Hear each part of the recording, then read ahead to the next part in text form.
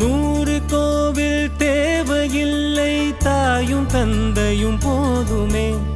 ஊரில் உள்ள தெய்வம் எல்லாம் எங்கள் வீட்டில் வாழுமே. யாரும் இல்லை என்றுதான் இங்கு யாருமே இல்லை. ஆதி பகவன் வீட்டிலே என்றும் அன்பு கேதல்லை.